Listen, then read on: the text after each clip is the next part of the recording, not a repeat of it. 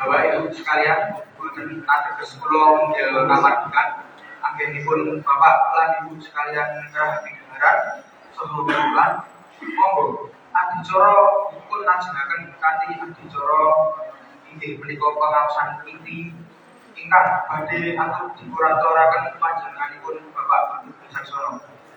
Dumateng Bapak Gubernur Wijaksono kasumaken.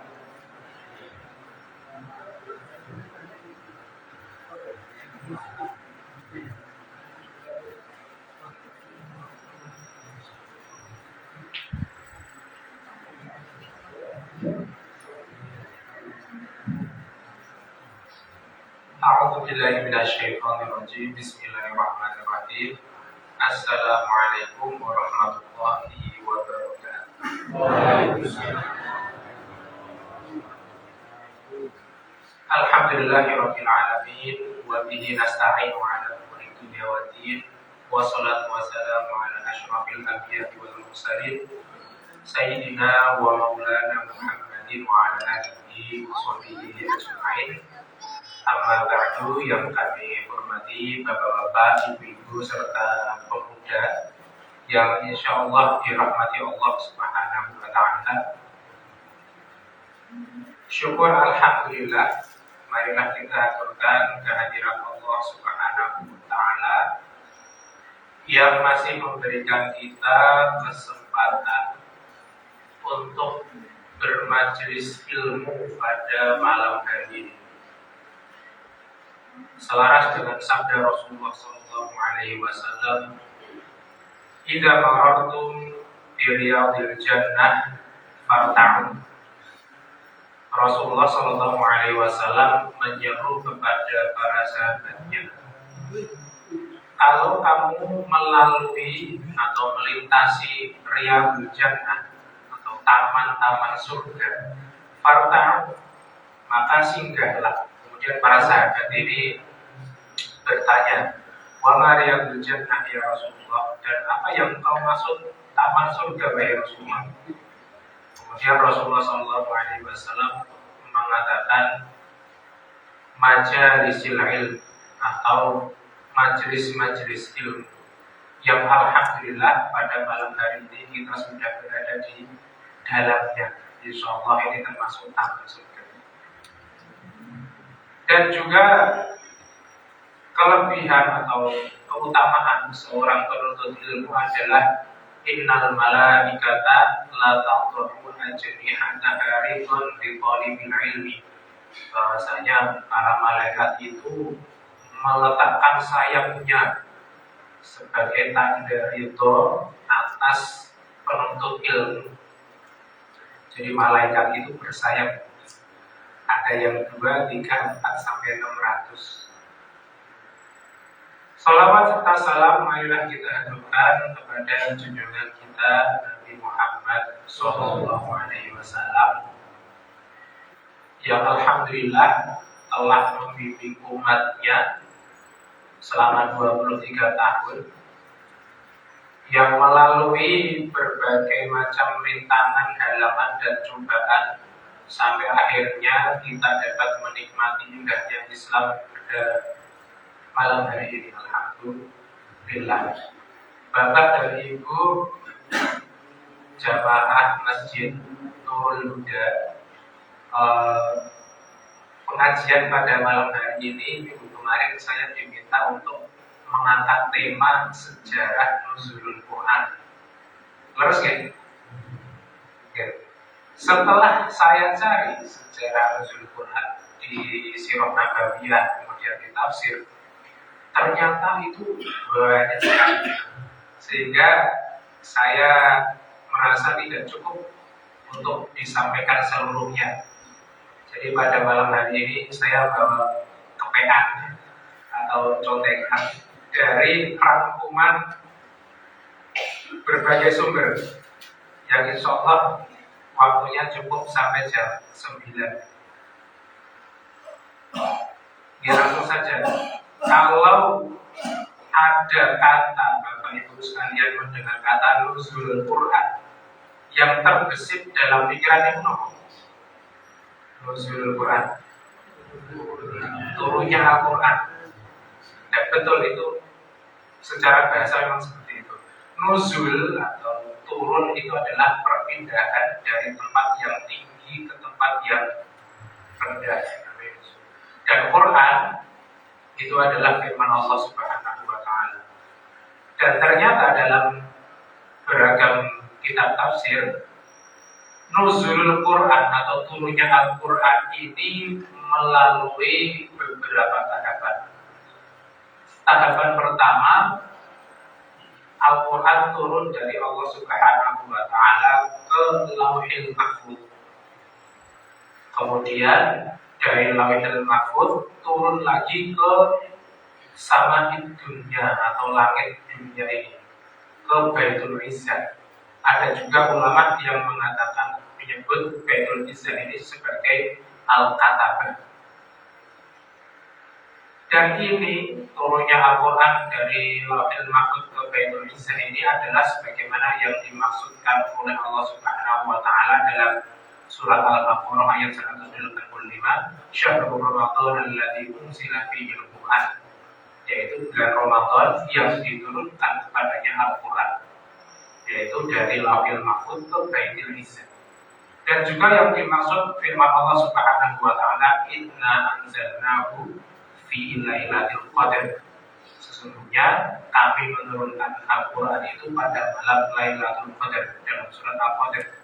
Dan juga inna anzalnahu fi lailatin mubarakah dalam surat Ad-Dukhan ayat 2. Sesungguhnya kami turunkan Al-Quran itu di malam yang penuh berkah, atau kami berkahi malam itu. Itulah malam di mana Al-Quran turun dari Lauhil Mahfuz ke Sama'id Dunya atau Baitul Izzah. Kemudian setelah di Baitul Izzah, barulah Al-Quran turun secara bertahap kepada Rasulullah Shallallahu Alaihi Wasallam. Dan ini terjadi dalam kurun waktu yang sangat lama, yaitu 23 tahun. 23 tahun itu kalau kita mengumpamakan anak kita dari lahir sampai lulus kuliah, nah itu baru selesai Al-Quran turun. Dan dalam waktu yang berbeda-beda, maksudnya bisa jadi di bulan Ramadan, bisa jadi di bulan Syawal, Dzulqa'dah, Dzulhijjah, dan lain sebagainya. Namun, menurut kitab atau buku hadis dalam Sahih Bukhari, saya pinjam istilahnya Imam Bukhari, memberikan judul bab di situ Kaifatana Badil Wahyi, bagaimana tata cara Al-Quran itu turun kepada Rasulullah Sallallahu Alaihi Wasallam. Jadi Rasulullah Sallallahu Alaihi Wasallam itu ketika beliau berumur 40 tahun, 40 tahun ini para ulama mengambil bahwasanya 40 tahun itu usia seseorang mencapai puncak kematangannya. Dan biasanya 40 tahun itu sudah mendapatkan beragam nikmat duniawi. Pasangan sudah punya, anak sudah punya, pekerjaan sudah mapan, ekonomi sudah mapan, biasanya seperti itu. Dan itu pula yang terjadi kepada Rasulullah SAW. Beliau pada usia 40 tahun mencapai puncak karirnya dalam berdagang.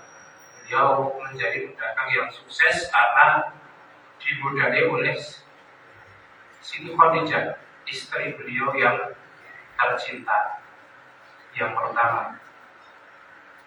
Ketika memasuki usia 40 tahun dan beliau itu merenung tentang kebiasaan masyarakatnya kaum Quraisy yang kadang-kadang berbuat di luar nalar. Jadi Rasulullah SAW ini benci atau tidak suka dengan kebiasaan-kebiasaan tertentu dari masyarakatnya, sehingga seringkali beliau ini menyendiri di tempat-tempat sepi, ke Arafah, kemudian ke Musdalifah, hingga beliau menemukan spot untuk menyendiri atau tempat untuk bertahamul, ibarat di Sahih Bukhari itu, atau menyendiri bertafakur kepada Allah Subhanahu wa Ta'ala di sebuah gua di kota Mekah, namanya Gua Hiro. Gua Hiro itu pakai hak roh alif hamzah, Hiro. Itu terletak di Jabal Nur. Kalau sekarang itu Jabal Nur biasa dikunjungi jamaah umrah atau jemaah haji, itu biasanya naik ke atas. Itu kira-kira dari bawah ke atas itu setengah jam sudah sampai. Dan Gua Hiro itu jangan dibayangkan gua yang besar dalam, enggak. Gua Hiro itu hanya kayak celah sedikit di tepi bukit. Nah, itu kalau kita masuk ke dalam mungkin cuma cukup untuk 2 orang. Itu namanya Gua Hiro. Di situ Rasulullah SAW merenungi apa yang mau diperbuat untuk memperbaiki akhlak masyarakat Mekah pada waktu itu. Karena syariat belum turun, Rasulullah belum mau apa ini, apa yang saya buat, bertafakur, merenung. Karena Rasulullah SAW ini ternyata masih memegang teguh syariatnya Nabi Ibrahim yang hanifiyah samhan, syariat yang lurus. Sehingga pada suatu malam sebelumnya, flashback sebentar, sebelum Rasulullah suka menyendiri, beliau itu sering sekali mimpi, yang mana mimpi itu pasti menjadi sebuah kenyataan. Ketika beliau berada di Gua Hira, beliau tertidur dan mimpi bahwasanya beliau akan didatangi oleh seseorang yang wujudnya itu putih, akan datang di saat beliau melakukan tahanus. Ketika beliau terbangun dan memang datang sosok putih mengucapkan salam kepada beliau. Kemudian beliau menjawab salam tersebut. Kemudian sosok putih ini mengatakan ke Muhammad yang ketika itu belum menjadi nabi, Iqra ya Muhammad, bacalah ya Muhammad. Sepemahaman Rasulullah, Iqra itu ya baca. Kemudian Rasulullah bilang, mana ya Qari, aku tidak bisa baca. Kemudian sosok putih itu memeluk erat Rasulullah. Kemudian dilepaskanlah pelukan tersebut. Kemudian Rasulullah, sosok putih tadi kembali menyuruh kepada Muhammad, Iqra ya Muhammad. Rasulullah kemudian menjawab lagi, mana Nabi Qari, aku tidak bisa baca. Sampai 3 kali. Pelukan ketiga kemudian dilepas dan sosok putih tersebut mengatakan, Iqra bismi rabbikal ladzi khalaq, khalaqal insana min 'alaq, Iqra wa rabbukal akram, alladzi 'allama bil qalam, 'allamal insana ma lam ya'lam. Surat Al-Alaq 1-5. Nah, di sini turun SK bahwasanya Muhammad ini diangkat menjadi nabi. Ketika itu masih menjadi nabi. Nabi dan Rasul itu beda ya. Kalau nabi itu syariatnya diperuntukkan untuk dirinya sendiri, kalau Rasul itu wajib menyampaikan ke orang lain. Singkat cerita, Muhammad yang baru saja diangkat menjadi nabi ini pulang ke rumah Khadijah dengan perasaan yang khawatir, menggigil, kemudian minta diselimuti oleh Khadijah. Kemudian diselimuti oleh Khadijah. Ketika hilang rasa khawatirnya, beliau Sallallahu Alaihi Wasallam cerita ke Khadijah tentang kejadian di Gua Hira tadi, bahwasanya ada sosok putih yang mendatangi beliau, menyampaikan surat Al-Alaq sampai 1-5 tadi. Kemudian setelah mendengar itu, Khadijah menyarankan kepada Muhammad ini untuk menemui sepupunya, namanya Waraqah bin Naufal bin Asad bin Abdul Uzza. Ini adalah ketika beliau Sallallahu Alaihi Wasallam menemui Waraqah ini, keadaan Waraqah ini sudah tua renta, matanya buta. Namun di masa mudanya Waraqah ini orang pintar, mampu menulis buku dalam bahasa Ibrani dan juga menulis Injil dalam bahasa Ibrani. Padahal orang Arab, ya. Bisa bahasa asing gitu ya. Kemudian diceritakanlah kejadian yang dialami Rasulullah tadi kepada Waraqah. Kemudian Waraqah mengatakan, hadza namus ya Muhammad, sosok yang mendatangimu itu adalah namus. Namus itu dikatakan oleh Waraqah, alladzi ja'a bihi Musa wa Isa, yaitu sosok yang sama yang mendatangi Musa dan mendatangi Isa. Kemudian Waraqah melanjutkan ceritanya, ya Muhammad, seandainya aku masih hidup ketika kaummu akan mengusirmu dari tempat kelahiranmu yaitu Mekah. Rasulullah kaget, awamu khurijiyahu, apakah mereka itu akan mengusirmu? Iya, kata Rasulullah, tidak ada seorang nabi yang datang dengan membawa risalah seperti yang kau bawa itu, kecuali mereka itu akan dimusuhi. Jadi seorang yang membawa perubahan itu ya mesti dimusuhi, karena membawa sesuatu yang berbeda dari adat kebiasaan yang sudah berlaku lama. Kemudian Warqah bin Nawfal ini meninggal tidak lama setelah didatangi oleh Rasulullah SAW. Ini masih menjadi nabi. Ketika Warqah bin Nawfal meninggal, Rasulullah belum diangkat menjadi rasul. Kemudian pada suatu hari Rasulullah SAW berjalan di luar kota Makkah. Tiba-tiba beliau melihat sosok yang sangat besar sekali, yang duduk di kursi yang besarnya itu menutupi atau membuat pandangannya itu penuh, memenuhi antara langit dan bumi, yaitu malaikat Jibril yang menampakkan sosok aslinya. Rasulullah SAW melihat Jibril dalam sosok aslinya adalah 2 kali, sebanyak 2 kali. Yang pertama ini melihat sebuah sosok yang duduk di kursi dan sayapnya membentang saddal ufuk, memenuhi cakrawala dari timur ke barat penuh, jumlahnya 600 sayap. Rasulullah terbelah kaget, takut, kemudian pulang ke rumah Khadijah, kemudian bilang zamiluni atau selimuti aku ya Khadijah. Kemudian tidak lama setelah itu diperdengarkan kepada Rasulullah SAW surat Al-Mudaththir ayat 1-5.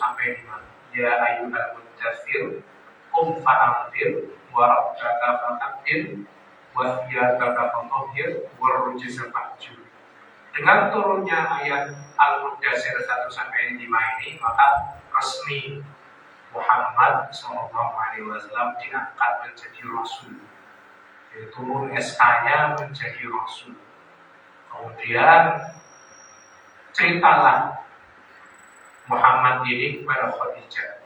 Kemudian Khadijah langsung beriman seketika itu juga. Asyhadu an la ilaha illallah wa asyhadu annaka rasulullah. Aku bersaksi bahwa tiada Tuhan selain Allah dan engkau adalah utusan Allah. Jadi bangsa Arab itu, Bapak dan Ibu sekalian, ternyata tahu kalau Tuhan itu adalah Allah. Tahu mereka. Kalau ditanya siapa yang menciptakan langit dan bumi, itu jawabnya Allah. Tapi jeleknya mereka adalah mengambil perantara atau sesembahan yang menjadi perantara antara dirinya dengan Allah Subhanahu wa Ta'ala. Jadi masih mending, bukan menyembah patung murni, bukan. Menyembah patung itu hanya untuk sebagai perantara. Tapi itu juga salah, karena Allah Subhanahu wa Ta'ala tidak butuh perantara.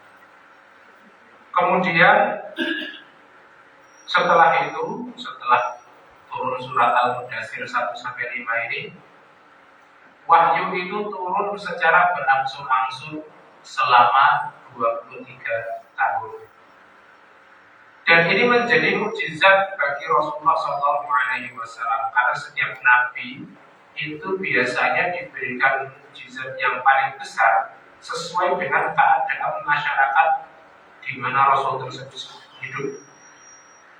Seperti Musa itu hidup ketika masyarakatnya itu gemar mempelajari ilmu sihir. Maka mukjizatnya Nabi Musa itu juga serupa dengan sihir, tapi bukan sihir ya.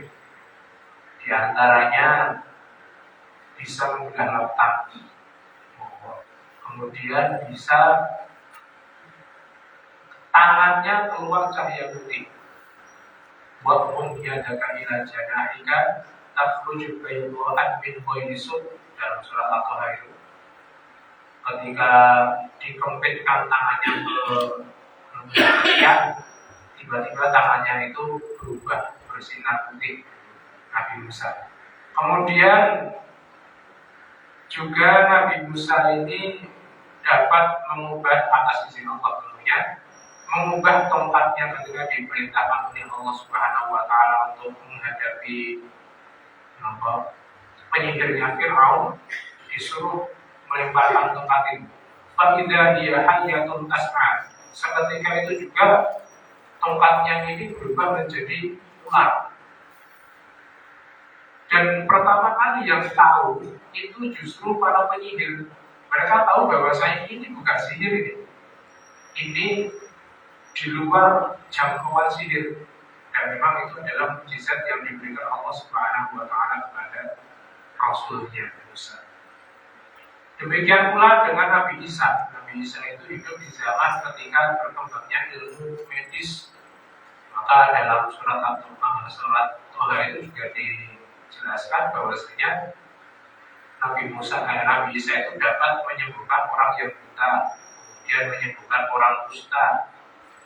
Kemudian dengan izin Allah, ketika Nabi Isa itu membentuk dari tanah liat itu sebuah gunung, ditiuplah tanah liat itu tiba-tiba jadi burung beneran, dan juga dapat membangkitkan orang yang sudah dikubur. Nah, sakti. Tapi ini adalah mukjizat dari Allah Subhanahu wa taala. Ketika Rasulullah Muhammad hidup, itu juga berkembang dalam bangsa Arab itu berkembang saling unjuk kebolehan penguasaan bahasa Arab. Maka Allah turunkan Al-Quran yang tidak mampu dijangkau oleh syair terbaik sekalipun ketika itu. Maka orang yang sadar justru para penyair, karena mereka tahu bahasa Arab, dan ketika mendengar Al-Quran mereka tahu ini bukan syair ini, tapi sesuatu yang lebih tinggi dari syair. Maka banyak dari kalangan penyair itu langsung beriman kepada Muhammad SAW. Bapak Ibu sekalian, wahyu turun itu dengan beragam bentuk. Ada kalanya turun dalam bentuk disampaikan oleh Jibril alaihi salam, seperti ketika Rasulullah SAW bermajelis dalam suatu pagi bersama para sahabatnya. Ini diceritakan oleh sahabat Umair. Bainama nahnu julusun inda Rasulillah sallallahu alaihi wasallam, ittala'a alaina rajulun syadidun bayadil thiyab. Tiba-tiba ada seorang pria yang datang kepada kami dengan kain yang sangat putih, bajunya putih, rambutnya hitam, la yura alaihi atharus safar. Tidak kelihatan dari dirinya itu bekas perjalanan. Jadi biasanya kalau orang zaman dulu itu kalau habis melakukan perjalanan itu dia umar gitu ya.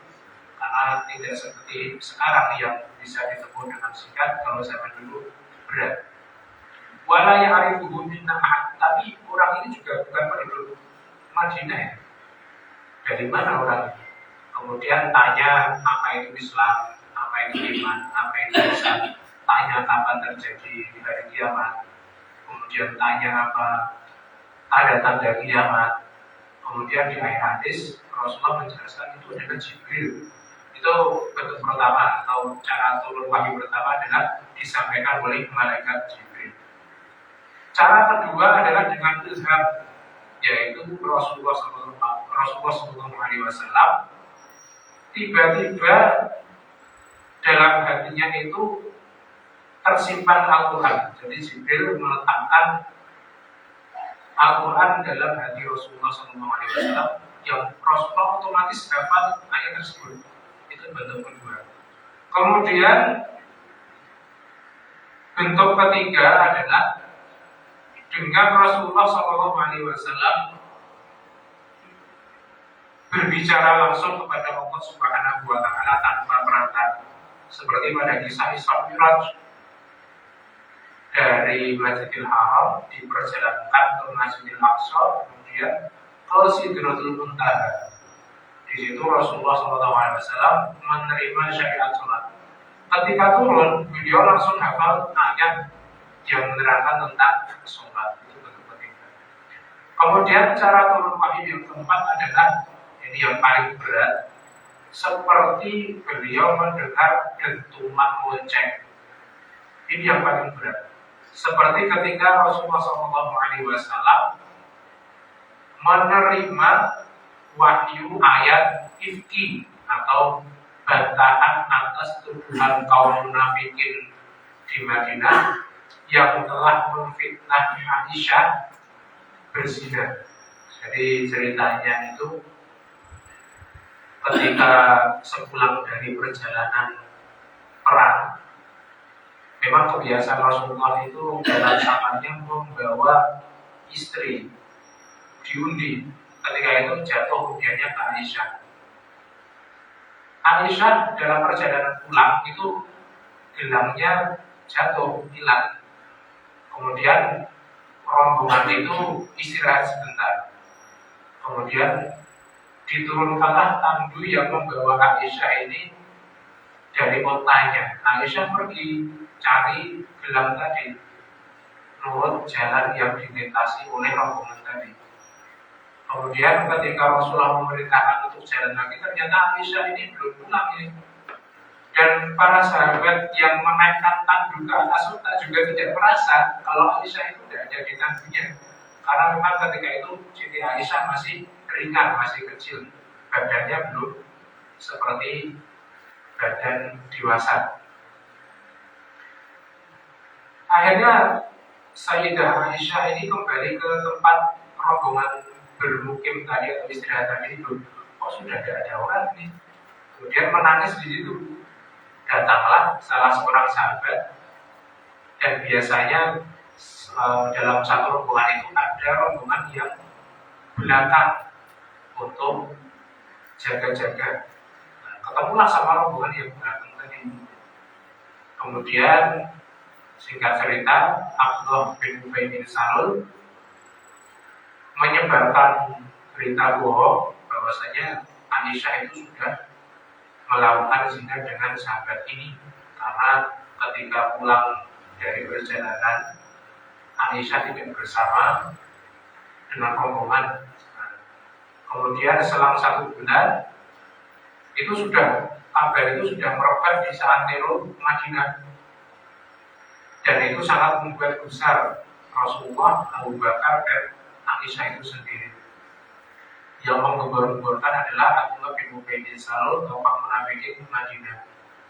Kemudian selang 1 bulan turunlah ayatul ifki surat Nur 11-20 kalau tidak salah, yang menerangkan bahwasanya Aisyah itu bari atau tidak melakukan seperti yang dituduhkan. Kemudian turun juga syariat tentang hadul qadhf, tapi bukan pembahasan kita. Kemudian inilah yang paling benar. Maka ketika gambaran atau cara wahyu turun seperti ini, biasanya Rasulullah itu menggigil, keringatnya bercucuran walaupun di musim dingin, karena suaranya sangat memutingkan telinga dan sangat seram sekali. Kemudian pengaruh turunnya Al-Quran kepada Rasulullah SAW yang dialami para sahabat ketika menemani beliau adalah, yang pertama, para sahabat itu seolah-olah mendengar suara tawon itu. Kemudian pengaruh yang lain ketika Al-Quran ini turun kepada Rasulullah adalah wajah Rasulullah memerah. Ini dalam hadis sering sekali ihmarat wajhuhu, ketika wajah beliau memerah dan diam saja, biasanya para sahabat juga diam karena tahu wahyu sedang turun. Kemudian efek lain dari turunnya Al-Quran kepada Rasulullah SAW adalah Rasulullah itu menjadi berat, sehingga kalau ketika beliau naik onta atau naik keledai, langsung turun, maksudnya keledai tersebut tidak kuat, langsung duduk, langsung deprok, karena saking beratnya Rasulullah SAW. Dan yang efek yang keempat, yang ketika wahyu turun dengan cara yang paling berat adalah wajah beliau atau badan beliau bercucuran keringat, seperti yang diterangkan oleh Aisyah radhiyallahu anha dalam Sahih Bukhari. Ketika musim dingin, beliau mendapatkan wahyu sampai badannya itu bercucuran keringat. Kemudian Al-Quran yang diturunkan oleh Allah Subhanahu wa Ta'ala melalui Jibril kepada Nabi Muhammad SAW ini memiliki pengaruh yang sangat luar biasa dalam kehidupan makhluk yang ada di bumi. Yang pertama, dapat mempengaruhi benda mati. Allah Subhanahu wa Ta'ala berfirman, "Law anzalna hadzal Qur'ana 'ala jabalin la ra'aitahu khashi'an mutasaddian min khasyatillah." Seandainya Al-Qur'an ini turun, yang menerima wahyu adalah gunung, niscaya gunung itu akan hancur karena tidak mampu mengemban Al-Quran yang sangat berat. Bahkan alam jin itu juga terpengaruh dengan Al-Quran ini. Pada suatu saat atau pada suatu hari, Rasulullah bersama sahabatnya ini pergi ke pasar Mekah. Pasar Mekah itu letaknya adalah di tenggara kota Mekah dan di samping kota Taif. Itu adalah pasar atau pekan raya, karena adanya cuma tahunan, dan itu di bulan Dzulqa'dah. Di pasar Mekah itu ramai sekali didatangi orang dan merupakan pasar tahunan yang paling ramai ketika zaman jahiliyah. Di situ banyak sekali pujaga-pujaga yang berkumpul menuju kemuliaan dalam syair. Rasulullah dakwah di situ. Kemudian ternyata tidak diterima, malah dilempari dengan batu. Hingga Rasulullah SAW keluar dari pasar Mekah itu, kemudian singgah di suatu kebun kurma di lembah Tihama. Kemudian pada waktu subuh, Rasulullah SAW ini mengerjakan sholat subuh. Sholat subuh kan jahar, ya, dikeraskan bacaannya. Tiba-tiba ada gerombolan jin itu yang mendengarkan lantunan ayat Al-Quran dari Rasulullah SAW ini. Dan bangsa jin ini setelah Rasulullah SAW diangkat menjadi Rasul, ini sangat sulit sekali untuk mencuri dengar kabar langit. Jadi memang kebiasaan bangsa jin itu adalah mencuri dengar kabar dari langit yang nanti disampaikan ke penyihir-penyihir atau ke dukun-dukun mereka. Sehingga memang dukun itu kadang-kadang bisa tepat sasaran, maksudnya tahu apa yang akan terjadi, tapi ya seringnya salah. Karena memang setan itu berkata satu kebenaran tapi 1000 kebohongan. Singkatnya, pemimpin bangsa jin ini gusar. Kenapa sekarang sudah tidak bisa mendengar kabar langit lagi? Kalau kita pergi ke langit dilempar dengan bintang. Diperintahkanlah tentaranya untuk mencari tahu. Ada yang pergi ke selatan, barat, utara, timur, ke penjuru dunia ini. Ternyata nemu ini Muhammad sedang mengimami sholat subuh di kebun kurma di lembah Tihama. Ini termaktub dalam surat Al-Ahqaf ayat 29-32. Wa isarafna ilaika nafaran minal jinni yastami'una al-Qur'an faqalu ansitu. Dan ketika kami kirimkan kepadamu segerombolan jin yang dia itu mendengarkan Al-Quran, kalau itu mereka berdiam kepada teman-teman jinnya itu. Kami sedang mendengarkan firman Allah yang sangat luar biasa. Ketika jin ini kembali ke kerajaannya, mereka menjadi dai, menyampaikan apa yang mereka dengar. Kemudian juga alam malaikat juga terpengaruh dengan Al-Quran ini. Ada suatu malam salah seorang sahabat itu sedang membaca Al-Quran, tiba-tiba turun cahaya putih di dekat kandang kuda. Kudanya ini meringkik. Kemudian para sahabat tadi memberhentikan bacaannya karena takut. Kemudian pada pagi harinya diceritakan kejadian itu ke Rasulullah. Kemudian Rasulullah bilang, kenapa kamu hentikan? Itu adalah malaikat yang senang dengan bacaan Al-Quran. Dan juga Al-Quran ini mempengaruhi kaum Quraisy atau kufar Quraisy yang hatinya keras sekalipun.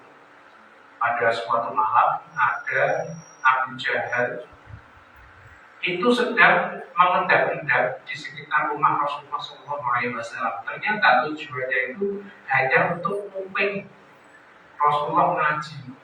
Nah, ternyata Abu Jahal ini tidak sendiri.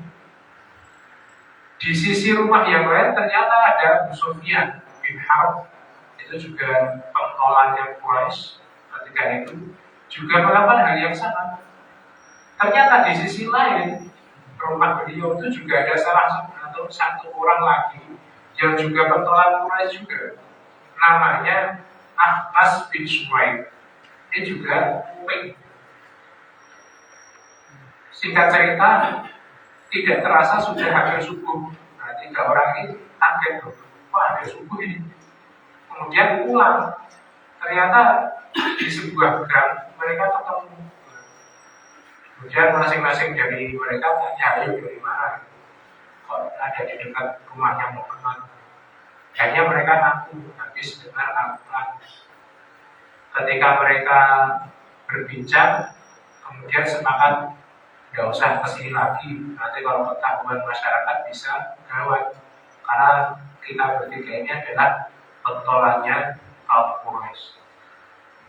Kemudian pada hari berikutnya ternyata masing-masing dari mereka itu tidak mengira bahwasanya mereka juga akan melakukan hal yang sama di malam berikutnya. Kemudian mereka ini saling berdiskusi. Yang pertama tanya adalah Akhnas, tanya ke Abu Sufyan, apa pendapatmu tentang Al-Quran? Abu Sufyan jawabnya, itu adalah perkataan yang benar.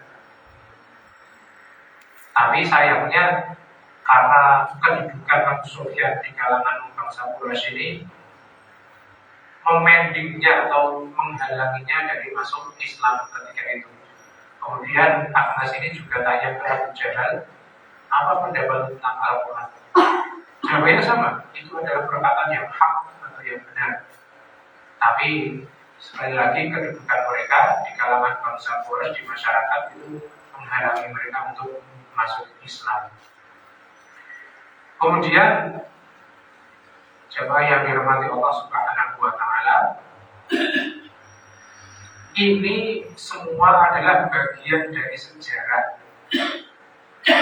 Saya masih ingat sejarah itu adalah sesuatu yang terjadi sekali atau peristiwa terjadinya sekali yang diharapkan menjadi pedoman supaya menjadi pelajaran di masa yang akan datang. Kalau tidak salah pelajaran SMP dulu pertama kali sejarah itu diterapkan pengertian sejarah seperti itu.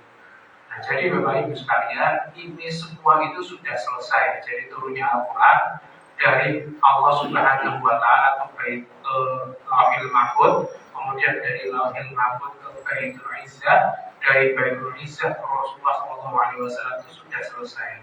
Ini hanya menjadi bagian dari sejarah Islam yang sudah berlalu.